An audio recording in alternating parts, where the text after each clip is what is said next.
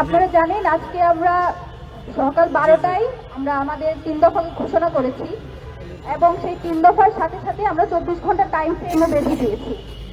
গত 11 দিন যাবৎ আমরা এখান থেকে সেখানে দৌড়ে বেড়াচ্ছি।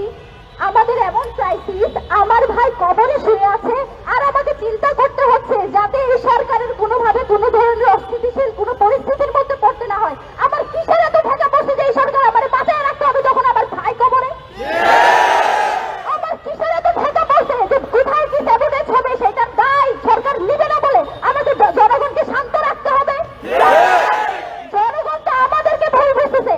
আপনারা কেউ তো আমাদেরকে বেশি উসমান ভাইকে ভালোবাসেন। আমরা গত 1 বছর ধরে এই মানুষটা, আপনারা যেই মানুষটাকে গত 1 সপ্তাহ যাবত চিনেন, যার জীবনে জেনে আপনারা এতখানি ব্যথিত যে এখন 11 দিন হয়ে যাওয়ার পরেও আপনারা রাজপথ ছাড়তে পারতেছেন না। উসমান হাদির এই যে 10-11 জনের যে কোর টিম, তার যে ইনকিলাব মঞ্চ, তাদের ভালোবাসা তো আপনাদের চেয়ে বেশি না?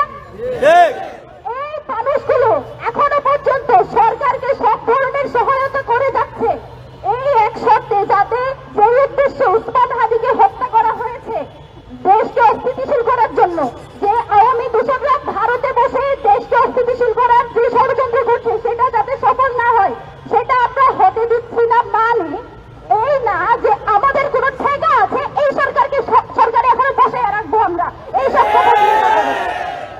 আমাদের বার্তা খুবই স্পষ্ট। আমরা এই যে বলি পদত্যাগ চাই, নামাবো, এসব আমরা শুধুমাত্র বলার জন্য বলি না। আমরা এখনো পর্যন্ত আপনাদেরকে সুযোগ দিচ্ছি শুধুমাত্র এই চিন্তা করে যাতে দেশ অস্থিতিশীল না হয়, নির্বাচন না হয়। যদি আমার ভাইয়ের বিচার হয়, আমার কিসের থেকে এই সরকারকে এখনো যে সরকার বিচার করতে পারে না সে নির্বাচন করবে, এটার কিসের বিশ্বাস? আর আইন উপদেষ্টা, আপনি 90 দিনের কিসের ভুগিচুকি বুঝেন? আপনার ক্ষমতা আছে কয়দিন? আপনি তো থাকবেন আর 1 মাস, আপনি 90 দিনে কেন কথা বলেন?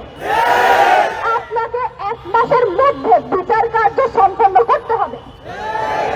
একই সাথে যে খুনিরা শুধুমাত্র সুতার ফয়সাল, সে একেবারে শেষ গুটি, যে শেষ কার্য ঘটিয়েছে এই ঘটনায় স্পষ্টত রাষ্ট্রের একটা অংশ যারা এখনো পর্যন্ত ভারত এবং আওয়ামী লীগের পারপাস সার্ভ করে তারা এই কাজ ঘটিয়েছে।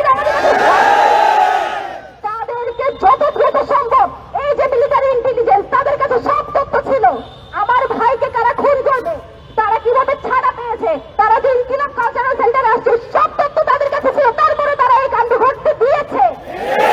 তার দায় তাদেরকে নিয়ে এখনো পর্যন্ত যে আওয়ামী দূষণরা এই সব কার্য ঘটাচ্ছে তাদেরকে অতি দ্রুত গ্রেপ্তার করতে হবে। এই ব্যাপারে কোনো সুশীলতা মানি না। আমরা এখনো পর্যন্ত স্থির আছি। বাংলাদেশের জনগণ মুখিয়ে আছে কখন ইনকিলাব মঞ্চ ঘোষণা দিবে এবং তারা রাজপথে নেমে এসে যা পারে তাই করবে।